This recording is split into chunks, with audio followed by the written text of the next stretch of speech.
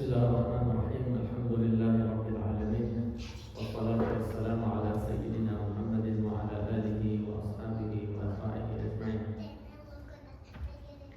So inshallah this will be our last Tafseer class before Ramadan.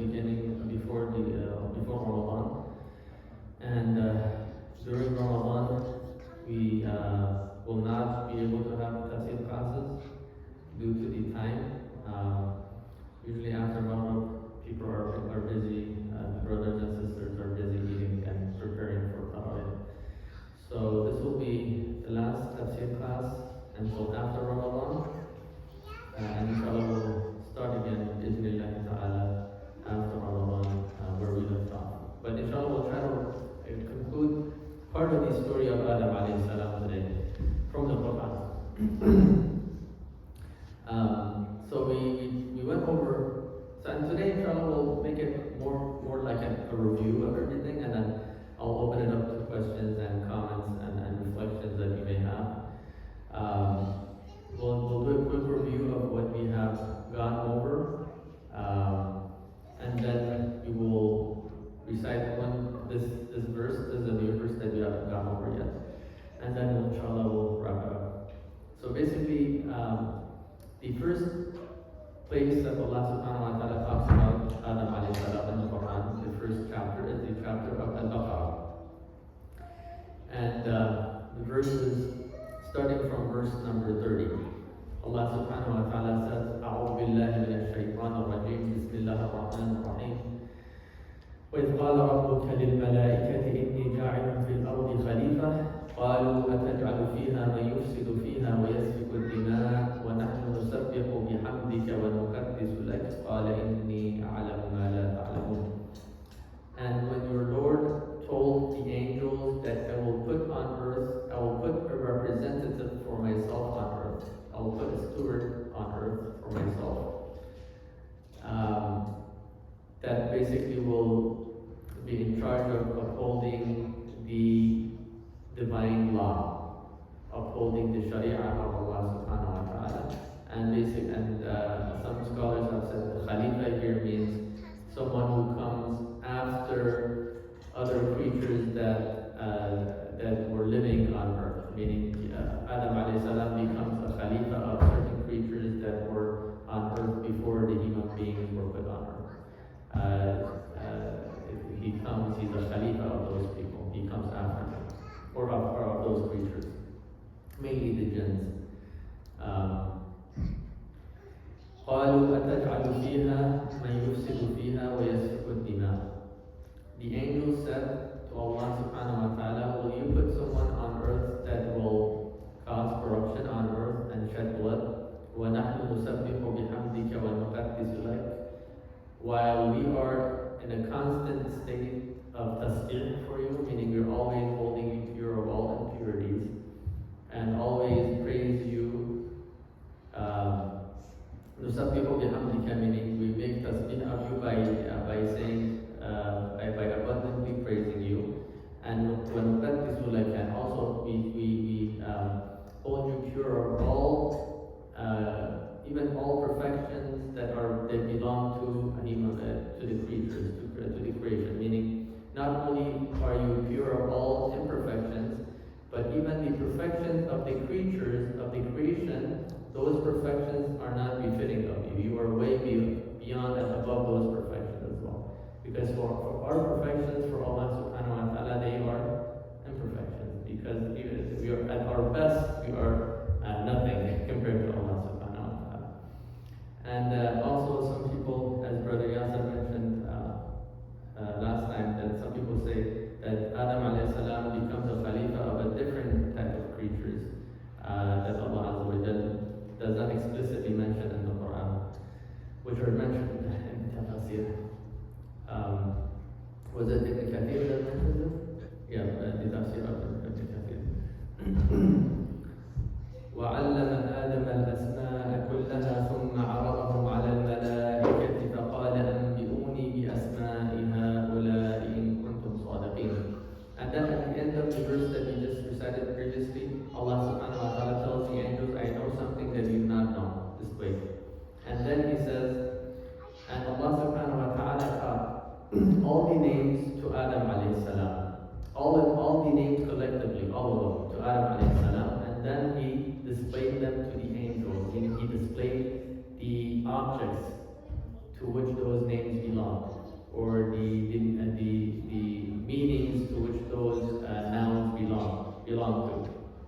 belong. فَقَالَ أَنْبِئُونِي, and he told the angels, inform me, tell me what are the names of all of these things that you see in front of you. What are the nouns that basically map to these things that you see in front of you? In kuntum sadiqin, if you are truthful in what you're saying, meaning if you are really more worthy of Adam alayhi salam of becoming the Khalifa on earth. Excuse me. قالوا سبحانك لا علم لنا إلا ما علمتنا إنك أنت العليم الحكيم. The angels replied in a state of humility. قالوا سبحانك, they said, pure of all impurities is you, O Allah subhanahu wa ta'ala. There is no knowledge that we have, meaning we have no knowledge except that which you have taught us. Indeed, you are the most knowledgeable and the most wise. You are the all-knowledgeable and the all-wise. So in this case, at this point, the angels retreat. They realize that whatever it was that they were thinking was incorrect, and they retreat to their state of, their default state of humility.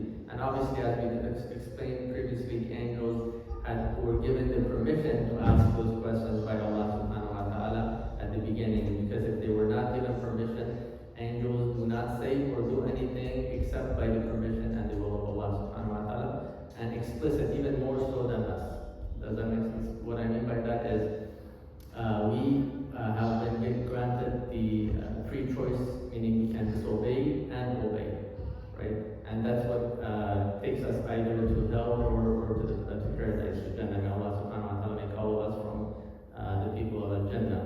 But in the case of angels, they do not have the ability to disobey, except if Allah subhanahu wa ta'ala grants them permission at that moment where they either question or say something. But by their default state is that they don't have a choice. They're always in a state of obedience to Allah subhanahu wa ta'ala. So basically here, the angels show us how to be humble, and they say, La ilma lana, we have no knowledge except that which we have taught us, O Allah subhanahu wa ta'ala. And this is a lesson for all of us as well. قال يا آدم أنبئهم بأسمائهم, and then Allah subhanahu wa ta'ala turns them and says, O Adam, أنبئهم, inform them, بأسمائهم, inform them of the names of all these things that are displayed to all of you, to all of the malaika and yourself. فَلَمَّا أَنْبَأَهُمْ بِأَسْمَائِهِمْ, and when Adam alayhi salam informed all the malaikas what those names were, قَالَ أَلَمْ أَقُلْ لَكُمْ, Allah subhanahu wa ta'ala turns to the angels and says, did I not tell you, إِنِّي أَعْلَمُ غَيْبَ السَّمَاوَاتِ وَالْأَرْضِ, I know the unknown of the heavens and the earth. وَأَعْلَمُ مَا تُبْدُونَ وَمَا كُنْتُمْ تَكْتُمُونَ, and I know that which you show, you make manifest, and that which you hide.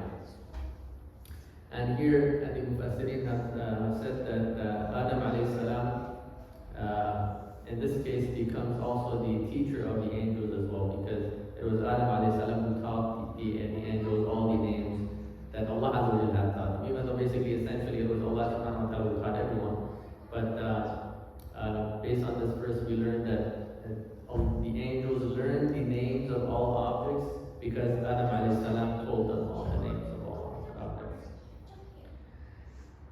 So there were many lessons we took from here. We said that Allah Azza wa Jal gives us a perfect reason, a very explicit and clear reason why He chooses Adam alayhi salam and human beings to be put on earth as those who uphold the divine law.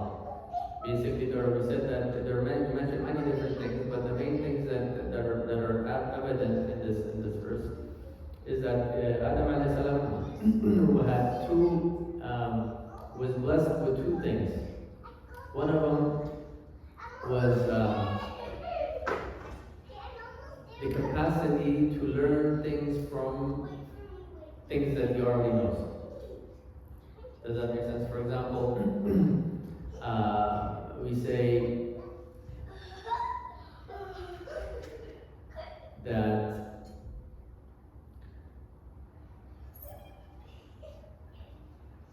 I'm trying to bring an example from logic, from mantak, that we could all relate to.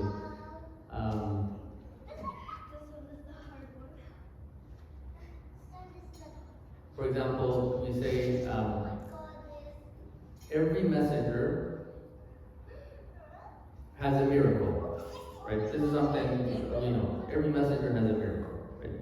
And then we say Prophet Muhammad sallallahu alaihi wasallam had many miracles, right? These are two pieces of information that we know.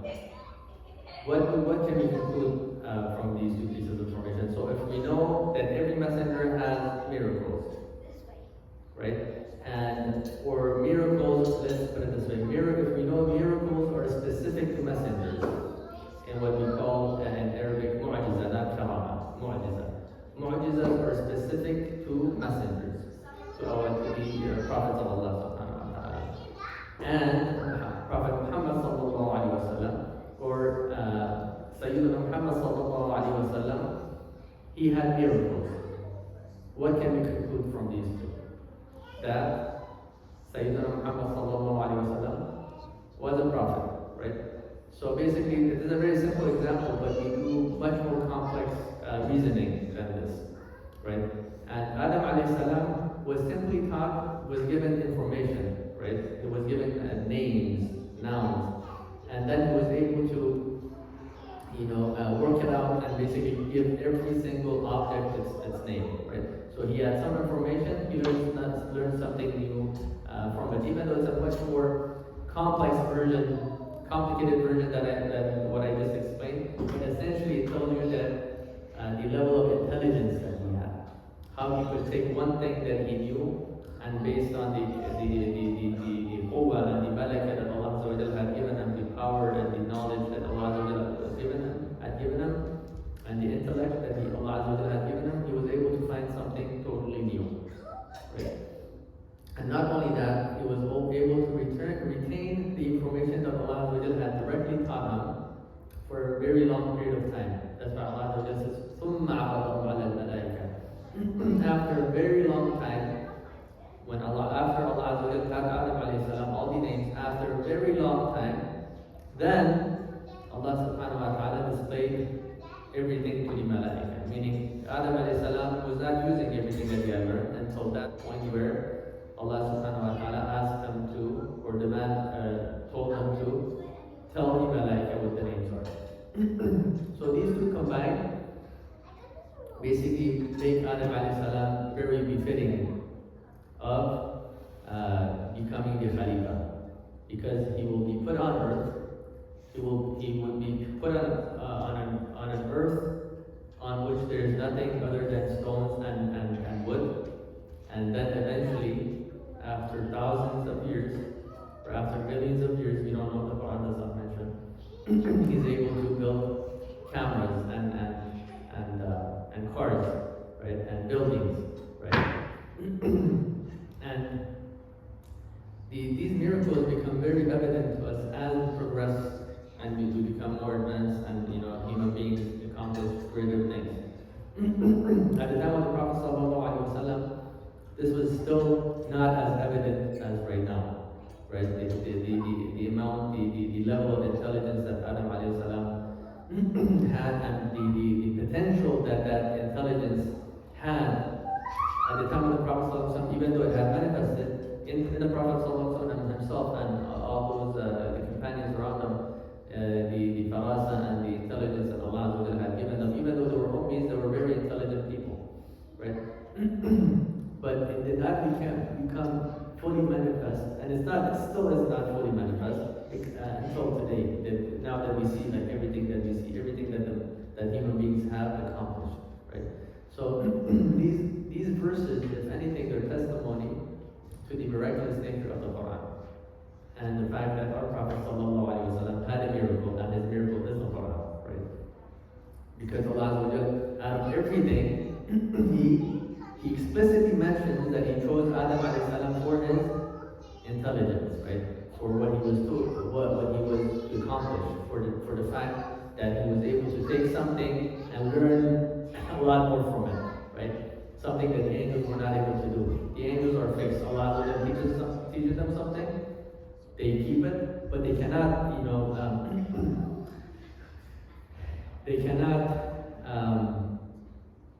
learn anything new from it, so to speak. Does that make sense? And again, this goes back. This takes us back to what the angels say at the beginning to Allah subhanahu wa ta'ala, and the fact that what they said was not from them. Because if you look at what they said, it was they were making qiyas, analogy, right? They were saying that since those who were on earth before Adam alayhi salam used to corrupt the earth, then Adam alayhi salam will corrupt the earth as well. So they are actually trying to learn something new from something they knew from before, right? But this is not something in their capacity. The angels are not able to do that. So this is another reason why we know that Allah had given them permission. Actually, He had taught them these words directly to say. It wasn't something that they articulated and they were trying to show off. Allah showed them or taught them these words just so it becomes a lesson for us. And then, if you guys want to, we've covered this very in detail in the previous videos. Inshallah, you can refer to them. Some of them I haven't uploaded. Inshallah, once I upload, I'll let you know. But is this clear? I mean, I wanna. If you guys have any comments here, please feel free to speak out. But is this clear? Does this make sense to you guys? Alhamdulillah. Now, where does, as we mentioned last time, where does this intelligence come from? Right? Where is this aql? Obviously, Allah subhanahu wa ta'ala taught Adam alayhi salam the names, but what's the faculty that Adam alayhi salam was granted, that allowed him to learn something new or correlate the names to the objects? That faculty is the faculty of intelligence, or the aql as we call it, and the aql is part of the part, right? And basically that's a bounty of Allah subhanahu wa ta'ala that was granted to Adam alayhi salam and to all human beings, which allows us to learn things that are new from things that we already know. And also this ties back to the first 5 verses of the Quran as well that were revealed to the Prophet sallallahu alaihi wasallam, in which Allah subhanahu wa ta'ala says, I think we mentioned this a few months ago in one of the podcasts, in which Allah subhanahu wa ta'ala says, وَعَلَّمَ الَّذِي عَلَّمَ بِالْقَلَمِ عَلَّمَ الْإِنسَانَ مَا لَمْ يَعْلَمْ. The one who taught the human being through the pen, what did he taught the human being? That which he did not know, or she did not know, right? So basically, one of the things that human beings do very often is when they find something, they record it. All of you have gone to college and to school. Like when you're in the laboratory, you record it, and then you come up with something, or you learn something from your observation, right? And this is a very simple example. Machine learning is a great example of this. Artificial intelligence is a great example of this. So basically, Allah is telling us human beings, what they will do is they will learn things, they will write it down, they will record it, and then Allah will teach them new things based on what they have learned. Right? And obviously, everything is Allah is teaching everything, but obviously He has not looking at it from a haqiqa perspective, or the reality of things perspective. What allows us, after the assistance of Allah, to learn is the aql, right? So the aql, after we record it, we use our aql, and then through using the aql, we're able to learn new things from it. Right? So the Quran, if anyone hears these things that are that I just mentioned,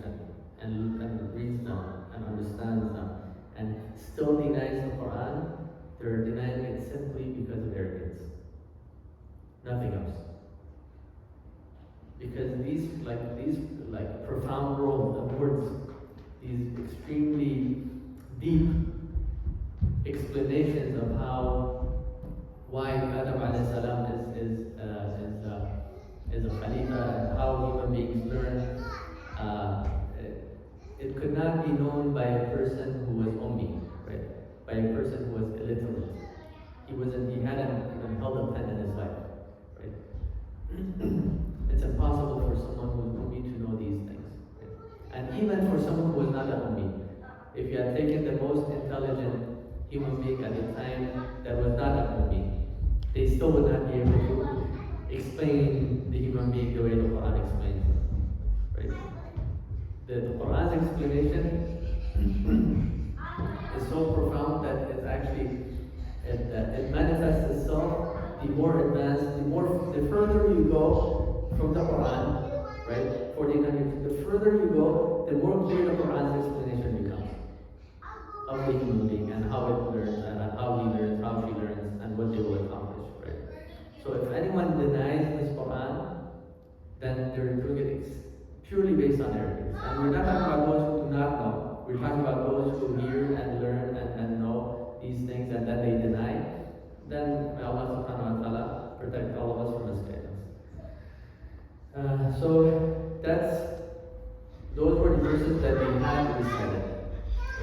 Now, inshallah, today's new verse is the following. وَإِذْ قُلْنَا لِلْمَلَائِكَةِ اسْجُدُوا لِآدَمَ فَسَجَدُوا إِلَّا إِبْلِيسَ أَبَى وَاسْتَكْبَرَ وَكَانَ مِنَ الْكَافِرِينَ. And Allah subhanahu wa ta'ala, when He said to the angels, prostrate for Adam, and they all prostrated except Iblis. Abba, he rejected, he disobeyed. He turned away from obedience. Wastakbara, and he chose arrogance. He chose arrogance. And this is exactly what people who deny the Quran after learning these things do. He chose arrogance. وَكَانَ مِنَ الْكَافِرِينَ. And in the knowledge of Allah subhanahu wa ta'ala, he was always from the kuffar. He was always from those who, would eventually reject the Quran and reject the guidance of Allah subhanahu wa ta'ala. May Allah protect all of us from misguidance. Now here, Allah subhanahu wa ta'ala is, and this is very, for some people this becomes a problematic verse because it's hard to understand why the angels or anyone would have to prostrate for anyone or anything other than Allah subhanahu wa ta'ala, right? I think we've all thought about this, right? Even though we read the Quran, we've all thought about, but for the angels, why not for Allah subhanahu wa ta'ala? Why for Adam alayhi salam? Right? So there's actually nothing wrong with that. Because when Allah Azza wa Jalla is commanding us to prostrate for something, when we're prostrating, we're actually prostrating to Allah subhanahu wa ta'ala because we're obeying His commandment. And a great example is prostrating to Kaaba. Obviously, Kaaba is not Allah, A'udhu Billah, and Allah Azza wa Jalla is not in the Kaaba, but we are prostrating for the Kaaba, right? Does that mean that we're prostrating towards the Kaaba? Does that mean we're prostrating for the Kaaba? No, we're not prostrating for the Kaaba, we're prostrating towards it because Allah Azza wa Jalla has commanded us to do so. Why? Because it's full of barakah. It is a place that Allah Azza wa Jalla has chosen to be full of barakah. It was the first place, the first house, the first bayt that Allah Azza wa Jalla created on earth. إِنَّ أَوَّلَ بَيْتٍ وُضِعَ لِلنَّاسِ لَلَّذِي بِبَكَّةَ. The first house that was created for human beings is the one that's in Bakka. And Bakka is basically that area, the area in which Kaaba resides. So the same thing applies to Adam alayhi salam.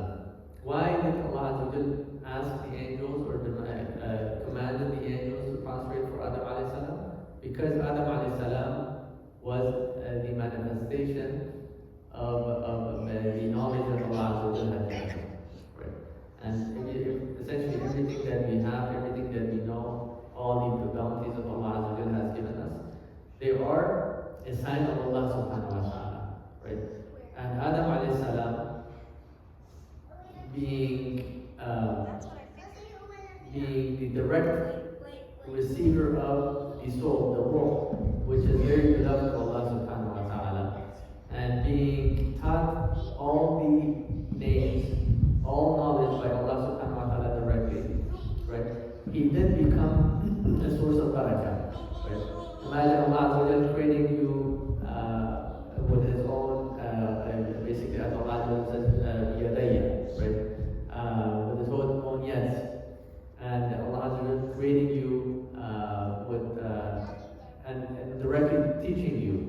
Azza wa Jalla being your direct teacher, right? Obviously, you would be full of barakah, right? You would be full of blessings for having that direct connection with Allah subhanahu wa ta'ala. So that's why he became a place of prosperation, not the subject of prosperation. Allah Azza wa Jalla, we were prostrating to Allah subhanahu wa ta'ala. Even when we prostrate towards Kaaba, the same thing. The angels were prostrating to Allah subhanahu wa ta'ala, even though they were prostrating towards Adam alayhi salam. And then something happens here. All the angels prostrate except Iblis, except Satan. He basically rejects the command of Allah subhanahu wa ta'ala. He disobeys Allah subhanahu wa ta'ala, and he chooses arrogance over obedience. And basically, for Iblis, for Shaitan, the reason he did not prostrate was not because of the things that you and I are talking about. The reason he did not prostrate was was very dark, extremely dark. Our reasoning, the first time we read this verse, and I'm sure everyone is guilty of thinking like this. How can anyone prostrate to anyone other than Allah subhanahu wa ta'ala? Our reasoning was coming from a pure place, right? Our reasoning was that we don't want to prostrate, we can't even imagine anyone prostrating for anyone other than Allah subhanahu wa ta'ala, right? But the reasoning of Shaitan came from a dark place. What did he say? Allah subhanahu wa ta'ala asks him, he says, مَا مَنَعَكَ أَلَّا تَسْجُدَ إِذْ أَمَرْتُكَ. What prohibited you? What prevented you from prostrating for Adam alayhi salam when I commanded you to? He said, أَنَا خَيْرٌ مِنْهُ خَلَقْتَنِي مِنْ نَارٍ وَخَلَقْتَهُ مِنْ طِينٍ. SubhanAllah. He said, I'm better than him. They should be prostrating for me. SubhanAllah. You created me from fire, and you created him from clay. You see how filthy that reasoning is, how dark it is, how evil it is. That's why Allah subhanahu wa ta'ala says, Kana min al-kafirin. He always had this filth in his heart, right? Or whatever the jinns have, equivalent to heart. He always had this takabbur, right? And then when he got the opportunity, when he was cornered, he actually showed it. What he always wanted was to take the place of Allah subhanahu wa ta'ala, right? He says, they should be prostrating for me, not for him. I'm in line, I've been with you for, his reasoning is like the reasoning of today's kings, right? Who comes after the king? I come next. I've been prostrating for you for so many million years. I've been obeying your commandments for so many million years. If anyone can be prostrated for after you, it's me. So I should be taking your place, right? So to this day, Shaitan, that's what he wants, right? He wants to take us away from Allah subhanahu wa ta'ala, and a lot of people do prostrate for Satan right now, right? They basically, these satanic people, what's that religion called? Satanism or something, right? They hold him to be their God, right? So basically, he's continuing what he was trying to do at the time of Adam alayhi salam. And again, this is another miracle of the Quran that's manifesting today. The way Shaitan was, God knows how many years ago, at the time perhaps, billion years ago. Today he's the same way, because we can see the manifestation of his agenda through his followers, right? The followers that worship him. May Allah subhanahu wa ta'ala protect us from the deceptions of Shaitan. And may Allah subhanahu wa ta'ala make us from those who accept the guidance of Allah subhanahu wa ta'ala, always obey his commandments. So inshallah, we will stop here. If you guys have any questions, because this is a good place to stop. We talked about Adam alayhi salam and his qualities and why he was befitting of being the Khalifa of Allah subhanahu wa ta'ala on earth. And now we're going to the next stage. And the next stage is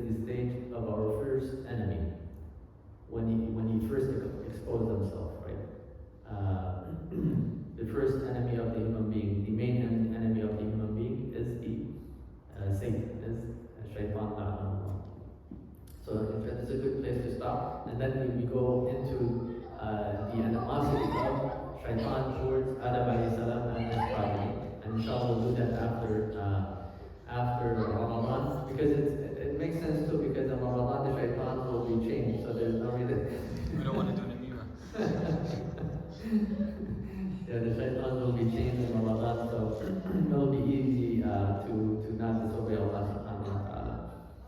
But after Ramadan, inshallah, once the shaitan starts preparing himself to attack again, we'll start these classes. We'll talk about his ways, his deceptions, and the way he tries to mislead human beings. So inshallah, we'll conclude here. At least that's my part. And if you guys have any comments, questions, inshallah, feel free to ask. One question I have is, you mentioned something about the connection between the heart and the brain. Mm. So the brain, yeah. So basically, the majority of scholars are upon the opinion that aql is in the heart. قلوب يعقلون بها, right? Yeah. Qalb, which they basically use their aql or their yaqilun, meaning they reason. So the faculty of reason is in the heart. The faculty of storing information is in the brain, right? So the brain is like the hard disk, and the aql is like the processor. Can you say that the part before this again? The brain is what stores memory, and the heart does what? Yeah, the heart is what processes, what reasons, right? Because the aql is in the heart. Essentially, the heart is doing it, or you can say the aql, the intelligence.